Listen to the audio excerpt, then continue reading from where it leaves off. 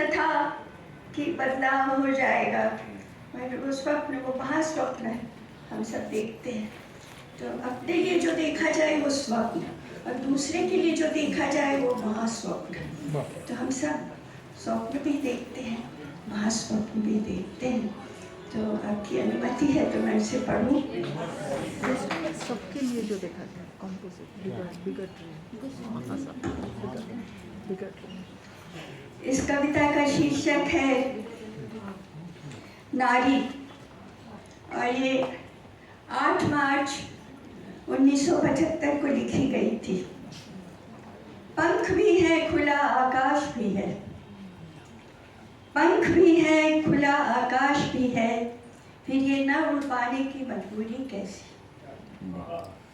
पंख भी है खुला आकाश भी है, फिर ये न उड़ पाने की मजबूरी कैसी। लगता है आत्मा पर संस्कारों की जंग लगी कील ठोक दी गई है। लगता है आत्मा पर संस्कारों की जंग लगी कील ठोक दी गई है, कि पंख बस यूं ही फड़फड़ाए और रह जाए।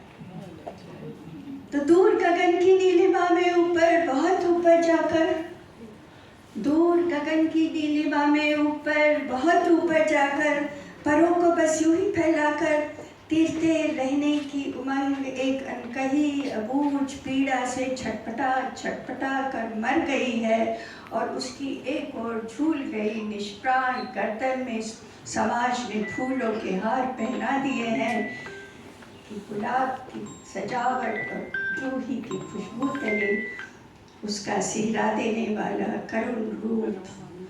सीता की कहानी सुन थम जाए कि कैसे अपनी अपार गरिमा, सीता की कहानी सुन थम जाए कि कैसे अपनी अपार गरिमा, ईमान संपूर्ण निष्ठा से दैदीप्यमान सीता का अतुलनीय तेज महज एक कपटी को भिक्षा देने पर। वो कहते कि लक्ष्मण रेखा लांग गई, मैं कहती हूँ नहीं, कोई रेखा नहीं लांघी उन्होंने, वो एक कपटी को भिक्षा दे रही थी। अंतर है, कोई लक्ष्मण रेखा नहीं लांघी सीता ने, कोई मर्यादा भंग नहीं की सीता ने, एक कपटी को भिक्षा दे रही थी। ये उसके हृदय की कोमलता थी, ये उसका महज एक कपटी को भिक्षा देने पर। और फिर इस निष्ठुर दुनिया में वो जी न सकी थी, कि कैसे अपनी अपार गरिमा, ईमान संपूर्ण निष्ठा से दैदीप्यमान सीता का अतुलनीय तेज महज एक कपटी को भिक्षा देने पर कलंकित हो गया था, और फिर इस निष्ठुर दुनिया में वो जी न सकी थी।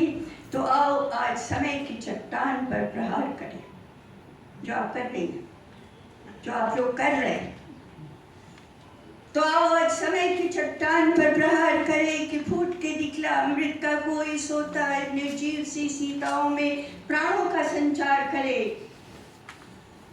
आत्मा पर कोई बोझ न हो, आत्मा पर कोई बोझ न हो, और कठपुतली सा कंपायमान ये बंधा जकड़ा अस्तित्व उन्मुक्त हो जाए, ऊपर उठ जाए अपने ही अंतर के ऊहापोह से, ऊपर बहुत ऊपर गगन की रुपहली पवित्रता में खिलते मासूम बादलों के बीच जी भर कर बिछे।